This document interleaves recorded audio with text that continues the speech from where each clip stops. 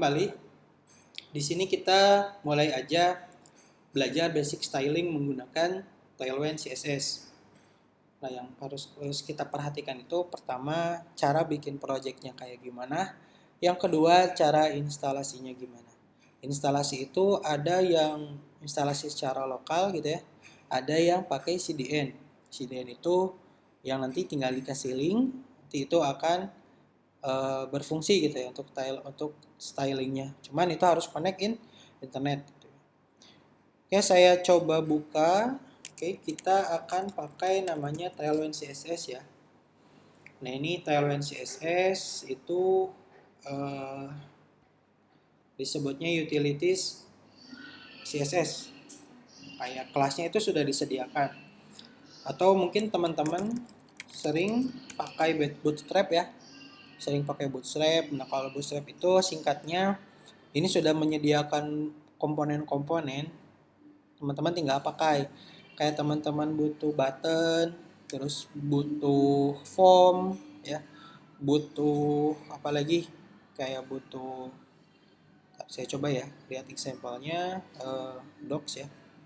Nah, kayak teman-teman butuh card ya, butuh card itu sudah dibikinin, teman-teman tinggal copy pakai gitu ya. Terus ada modal, jadi ada modal itu tinggal pakai, terus ada navbar juga kita udah sediain gitu. Ini tinggal dipakai. Kalau yang Tailwind CSS ini beda. Ini itu dia tidak menyiapkan satu komponen jadi gitu, tapi kita harus bikin manual. Nah, terus dia ngapain gitu ya? Tailwind CSS itu cuman menyiapkan kelasnya saja. Kayak teman-teman butuh background warna slate itu ya tinggal disediain gitu. Terus kayak rounded nih untuk supaya ininya nggak tajam gitu, kasih rounded gitu ya. Terus kasih ukuran teksnya yang besar, kemudian kayak font bold, italic gitu ya, medium udah disediakan. Bahkan jika, nah text center nih, ini barusan text center itu ke tengah. Nah, intinya dia menyiapkan kelas yang nanti kita akan ramu sendiri gitu ya. Dan ramu sendiri. Nah, saya suka banget sama Tailwind CSS. Kenapa saya suka? Pertama, dia itu mudah untuk di customisasi atau bisa kita ubah sesuka mungkin gitu ya. Nah, saya dapat project juga, atau awal-awal juga saya pakai Bootstrap. Cuman ketika saya mendapatkan satu kasus atau satu tugas yang mana desainnya itu lebih kompleks gitu ya, kayak teman-teman cek di Dribble ya, dribble.com ya, misal saya searching apa ya, misal dokter gitu ya. Dokter, kemudian saya coba cek web desainnya, yang agak tricky gitu ya, yang agak susah. Nah, kayak kayak desain gini gitu ya. Kayak desain ini mungkin ya. Kayak desain ini sebenarnya bisa pakai Bootstrap, cuman uh, kelasnya itu harus benar-benar kita modifikasi. Biasanya saya bikin satu CSS baru untuk customisasi kelas ini, diubah kayak warnanya gitu ya. Itu sungguh merepotkan kalau bagi saya ya. Tapi kalau teman-teman saya nggak menyalahkan juga. Tapi bagi saya itu sangat merepotkan.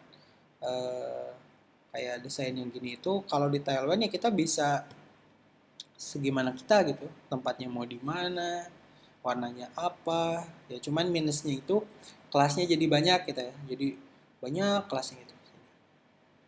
Tuh, itu alasan kenapa saya pakai Tailwind ya, nggak pakai Bootstrap. Tapi kalau misal projectnya itu nggak terlalu memperhatikan segi estetika, inginnya langsung pakai udah jadi gitu ya, langsung tampilan dashboard, tampilan apa, tanpa menuntut estetika ya, itu bagusnya ya Bootstrap ya, kita tinggal pakai tuh. Ini kita harus ramu ramu sendiri. Nah, tapi saya juga eh, ada satu tips ya, yang ini kan ada komponennya ya. Kadang kita juga suka bingung bikin komponen navbar itu kayak gimana bagusnya, bikin form gitu ya.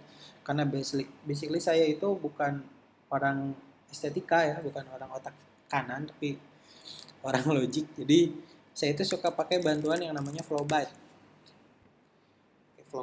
Flowbyte ini dia kayak Bootstrap, udah ada komponen, cuman basicnya itu dia Tailwind CSS.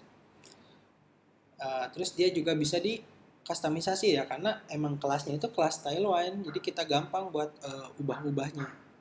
Contohnya, misal saya mau ubah navbar gitu ya, navbar.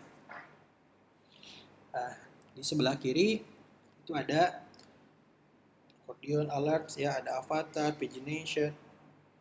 Nah, ini ada tampilan mobilenya, tampilan type-nya, tampilan desktopnya. Nah, ini udah dibikinin tetap sama kayak Bootstrap, kita tinggal tinggal di copy. Cuman enaknya itu ketika kita butuh hal yang sifatnya itu custom, itu tinggal diedit aja kelasnya, nggak perlu kita bikin kelas baru kemudian kita simpan nanti di load gitu, nggak usah, kita tinggal simpan aja kelas yang kita inginkan. Tuh, saya sering pakai ini buat base-nya kayak, nah yang paling sering ketika saya bikin tabel. Saya bikin tabel itu, jadi kan ada overflow X auto gitu ya. Nah ini tinggal pasang aja, tinggal pakai itu di Flowbyte. Tinggal di customisasinya nanti kayak warnanya butuh apa, warnanya pengen kode sendiri gitu ya. Kayak perusahaan itu kan biasanya punya logo masing-masing, punya warna brandnya masing-masing gitu ya. Itu enak untuk di customisasi. Oke, mungkin itu untuk pengenalannya. Kita akan coba langsung masuk ke instalasi Tailwind CSS. Terima kasih.